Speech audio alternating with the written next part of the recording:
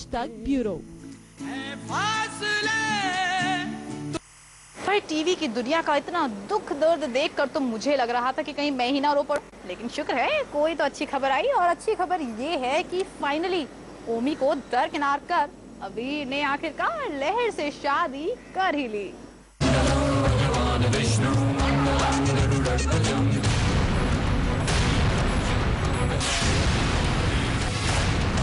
दुनिया देखती रह गई।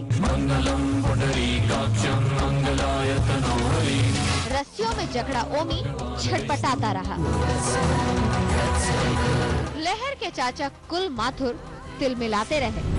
और वधू को माला पहनाई। अबीर की दादी सर पीटती रही, लेकिन अबीर दुल्हनिया ले ही गया। विवाह संपन्न हुआ। दोनों पति पत्नी। ये अबीर में दम था। उसने सबके खिलाफ जाके, समाज के खिलाफ जाके, अपने घर वालों के खिलाफ जाके उसने एक स्टैंड लिया।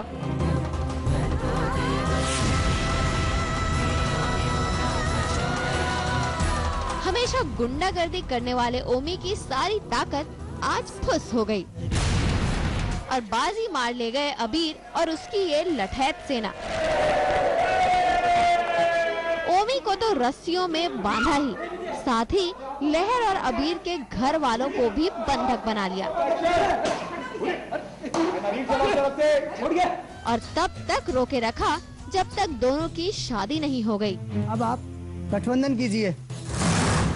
एक्चुअली हिम्मत दिखाई, इसीलिए दैट इज व्हाई लहर को भी उसी से हिम्मत मिली है। लेकिन इस फिल्म में शादी में जहां कुछ लोगों के सीने पर सांप लौट रहा था, वहीं अबीर की मां की आंखों से खुशी के आंसू टपक रहे थे। लेकिन लाख टके का सवाल अब ये है कि इस शादी को बाकी घर वाले अपनाते हैं या नहीं।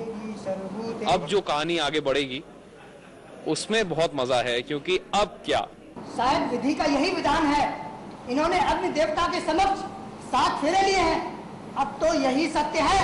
चलिए अबीर, अब तक आप लोगों का रास्ता इतना मुश्किल रहा है तो आगे भी बहुत आसान नहीं होगा। इसलिए मुश्किलों का सामना करने के लिए तैयार हो जाइए। आज तक ब्यूरो।